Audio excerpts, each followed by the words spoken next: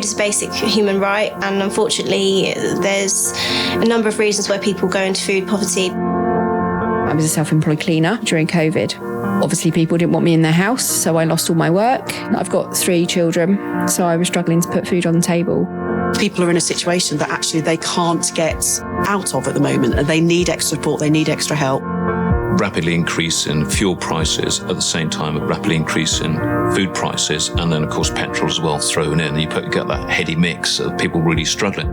We have parents that are desperately trying to feed their children, protect their children. Half of the people we're supporting now are kids. None of us really want there to be the need to have a food bank, but unfortunately there is a need.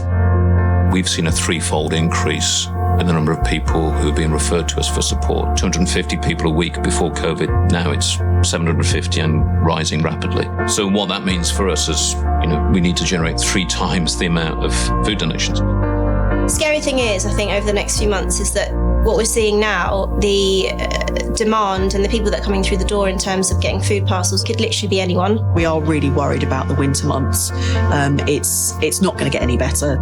It worries me that if we're not able to meet that demand over the next few months, what the impact will be, the broader societal impact.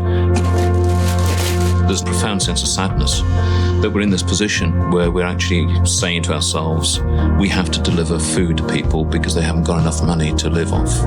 I came in here and they gave me the first package and I cried. This is all for me. This is just amazing.